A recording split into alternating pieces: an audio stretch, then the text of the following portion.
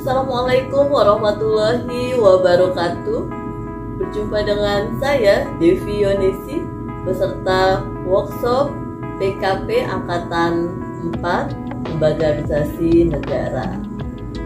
Ya, pada kali ini kita akan membahas agenda 1, yaitu strategi pembelajaran pelatihan kepemimpinan pengawas untuk agenda 1, kepemimpinan Pancasila dan bela negara.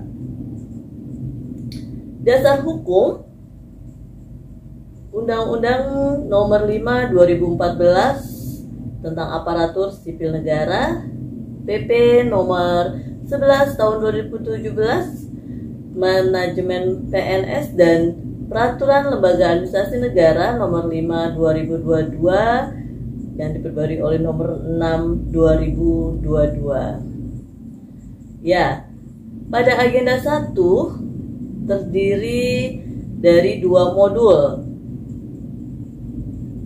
yaitu modul pertama Etika dan Integritas Kepemimpinan Pancasila dan modul kedua Bela Negara Kepemimpinan Pancasila. Di dalam modul tersebut terdiri dari materi pokok dan submateri pokoknya, yaitu Etika dan Integritas Kepemimpinan Pancasila. Submateri pokoknya Etika dan Integritas Kepemimpinan Pancasila, bela negara dalam kilasan sejarah kemerdekaan, nilai-nilai dasar dan teladan bela negara, serta refleksi amanah ASN dalam sejarah kemerdekaan. Lalu tujuan dan visi negara, keterkaitannya dengan Pancasila, serta mengidentifikasi ancaman ketahanan nasional, etika dan integritas ASN, dan penerapan etika jabatan, pemerintahan, dan integritas dalam pengendalian pelayanan publik. Pada modul kedua, yaitu bela negara kepemimpinan Pancasila, submateri pokoknya persepsi publik mengenai lingkup dan wujud tanah air dalam perspektif wawasan Nusantara dan kearifan lokal. Preferensi publik dalam kerangka tujuan negara sebagai amanat konstitusi, aspirasi publik dalam perspektif sila-sila Pancasila, dan penerapan kepemimpinan dan nilai-nilai dasar bela negara dalam kompetensi dan konflik kepentingan. Menarik bukan? Modul yang berada di agenda 1. Nah, untuk alokasi waktu agenda 1 ini sebanyak 33 jam pelajaran. Tentunya satuannya 45 menit. Terdiri dari 7 jam pelajaran melalui MOOC atau pembelajaran mandiri, lalu 14 JP merupakan distance learning, dan 12 JP melalui klasikal.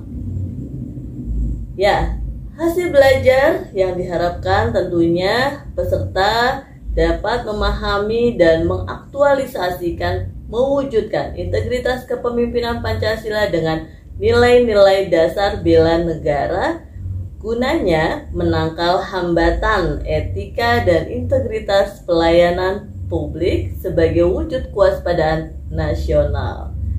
Nah, seluruh mata pelajaran ataupun mata pelatihan tersebut tentunya dirancang dan disampaikan secara terpisah dalam satu kesatuan untuk mencapai tujuan kurikulum pembelajaran agenda kepemimpinan Pancasila dan bela negara, dengan memberi penekanan pada kemampuan dalam memahami dan mengaktualisasikan kepemimpinan Pancasila dan bela negara.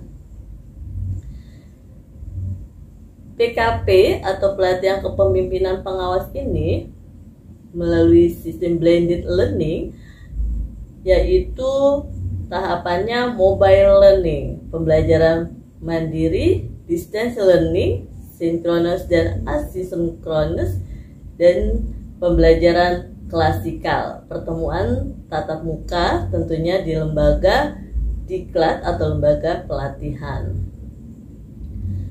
Nah, tahapan pembelajaran mandiri PKP itu dari hari ke-1 sampai dengan hari ke-10 merupakan pembelajaran mandiri PKP, dan nanti hari ke-23 juga termasuk melalui tahapan pembelajaran mandiri PKP.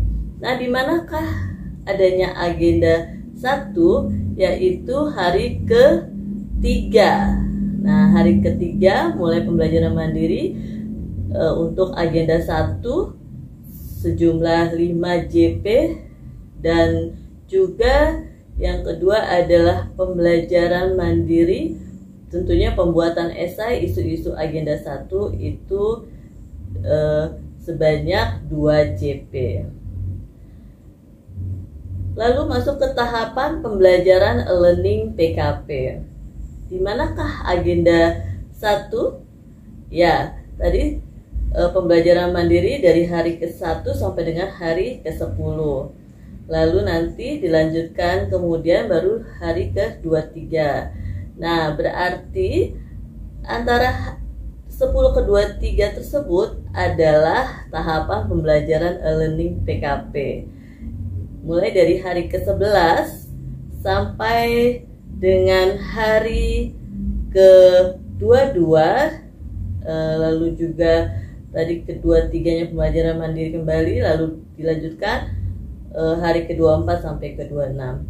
Nah, di manakah agenda 1? Ya, agenda 1 ada di hari ke-11 dan hari ke-12, yaitu sinkronus pembelajaran agenda 1 sejumlah 2 JP, dan asinkronusnya pembelajaran agenda 1 sebanyak 4 JP.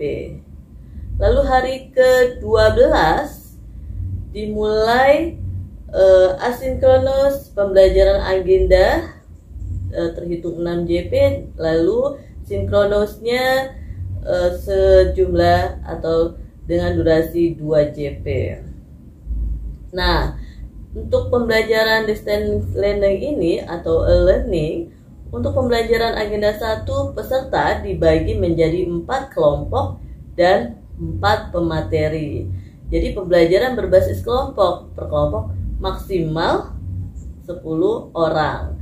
Nah, saat sinkronus, waktu pelaksanaan dan sebaran jumlah JP untuk setiap agendanya bersifat fleksibel, disesuaikan dengan kebutuhan dan memperhatikan aspek kesiapan belajar peserta. Kegiatan pembelajaran asinkronus dapat berupa self-learning, belajar mandiri untuk mengerjakan tugas individu, lalu juga belajar mandiri pengerjaan tugas kelompok, dan self-activity-nya untuk mengerjakan tugas-tugas lainnya seperti learning journal. Lalu tugas individu maupun tugas kelompok yang diberikan harus dapat meningkatkan kemampuan peserta yang bersifat implementatif. Nah, setelah tahapan learning, tentunya masuk ke tahapan pembelajaran klasikal di PKP ini ya, Bapak dan Ibu, yaitu hari ke-27 sampai dengan hari ke-41.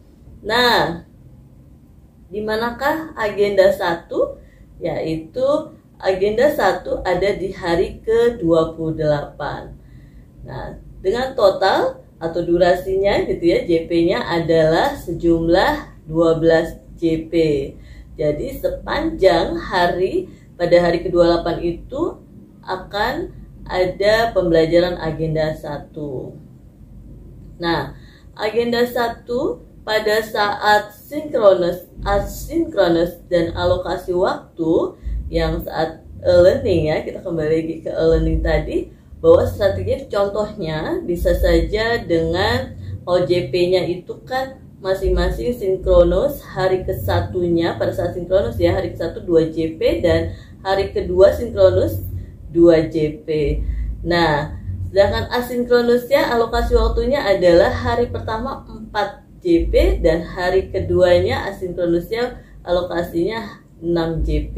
Jadi Bapak dan Ibu bisa pada saat sinkronus itu 2 JP misalnya diisi dengan perkenalan dan membangun hubungan peserta, tanya jawab, pengalaman, pemahaman pembelajaran mandiri, self learningnya seperti apa, itu digali di sinkronus pada hari pertama. Lalu tentunya kita juga akan mengoverview modul ke-1, lalu paparan makalah saat self learning dan penjelasan tugas. Sedangkan sinkronus hari kedua itu akan berisi evaluasi dan pendalaman pembelajaran pertemuan ke-1 dan tentunya asinkronus hari ke-1 dan pembahasan dan paparan makalah saat self learning lanjutan. Nah, asinkronus dan alokasi waktunya tadi telah kami sampaikan bahwa tugas individu misalnya dengan mengidentifikasi hambatan dan tantangan pelayanan beserta menganalisis faktor penyebab baik internal maupun eksternal dalam lingkup tugas dan fungsi masing-masing instansi atau satuan kerja ataupun mungkin unit kerja peserta.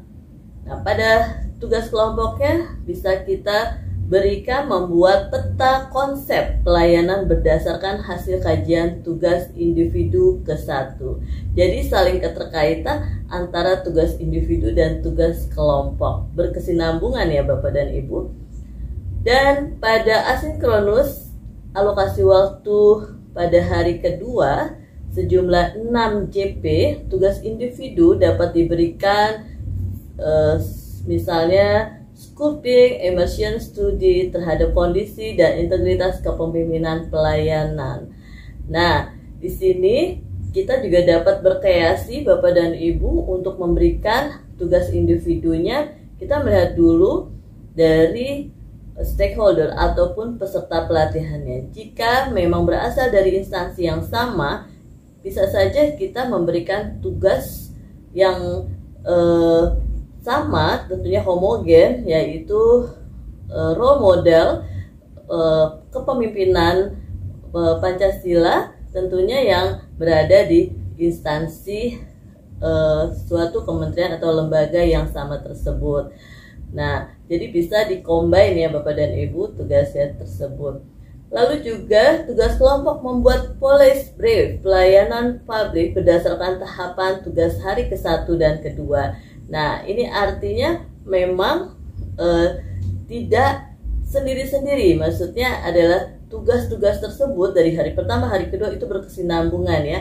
Jadi terlihat nanti di mana gapnya ataupun masing-masing dari tugas-tugas yang diberikan akhirnya mendapatkan output yang bermanfaat. Ya, jangan suka makan buah kecubung. Kecubung itu buah beracun. Kalau mau beruntung, belajar agenda 1 dengan tekun agar tentunya paham kepemimpinan Pancasila dan bela negara. Yang harus diingat bahwasanya agenda 1 merupakan ataupun terdiri dari 2 modul ya. Kemudian strategi pembelajaran pelatihan kepemimpinan pengawas agenda 1 kepemimpinan Pancasila dan bela negara. Semoga bermanfaat. Terus semangat kepemimpinan Pancasila dan bela negara. Terima kasih. Wassalamualaikum warahmatullahi wabarakatuh.